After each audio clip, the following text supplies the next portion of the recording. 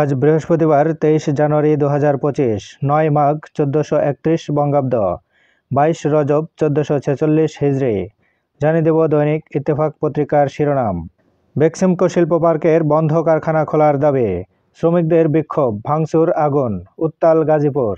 সরকার নিরপেক্ষ থাকতে না পারলে নিরপেক্ষ সরকারের প্রয়োজন হবে, বিবিসি বাংলাকে দেয়া সাক্ষাৎকারে মির্জা ফখরুল।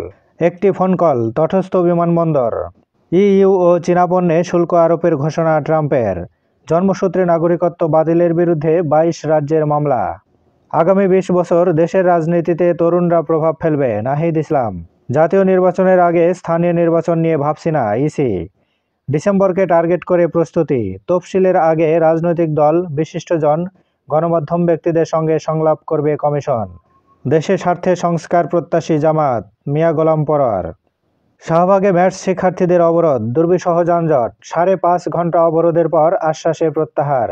সরকার দুর্নীতিমুক্ত বাংলাদেশ গড়তে চেষ্টা চালাচ্ছে, ডক্টর ইউনূস। দাভোসে জাতিসংঘ মহাসচিব সহ বিশ্ব নেতাদের সঙ্গে বৈঠক।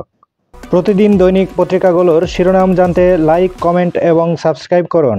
এবার শেষের পাতা। দাবি না মানলে 28 জানুয়ারি থেকে ট্রেন চলাচল বন্ধের ঘোষণা রানিং স্টাফদের। ফোন হ্যাক করে সংবাদ প্রকাশের মামলা, রুপার্ট মারডকের নিউজ গ্রুপের সঙ্গে প্রিন্স হ্যারির সমঝোতা। বিদেশে বসে শেখ হাসিনা হেইট স্পিচ দিয়ে যাচ্ছেন, চিফ প্রসিকিউটর। ডাকাতির প্রস্তুতিকালে বনানীতে 4 ডাকাত গ্রেপ্তার, মাইক্রোবাস জব্দ। জুলাই স্মৃতি ফাউন্ডেশন, সাধারণ সম্পাদকের দায়িত্ব থেকে সরে গেছেন সার্জিস আলম। সমন্বয়কদের মধ্যে ছাত্রলীগের প্রেতাত্মা ভর করেছে, সংবাদ সম্মেলনে অভিযোগ আহতদের। চালের বাজার বাড়তি, বোরোর জন্য অপেক্ষা না করে 10 লাখ টন গম আমদানি করছে সরকার।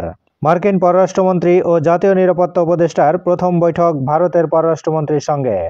ওয়াশিংটনে কোয়াড পররাষ্ট্রমন্ত্রীদের বৈঠক। 18,000 অবৈধ অভিবাসীকে ফিরিয়ে আনছে দিল্লি। মালয়েশিয়াতে যেতে না পারা 18,000 শ্রমিক, ভুক্তভোগীদের সড়ক অবরোধ, টাকা ফেরতের দাবি। উপদেষ্টার আশ্বাসে আন্দোলন স্থগিত।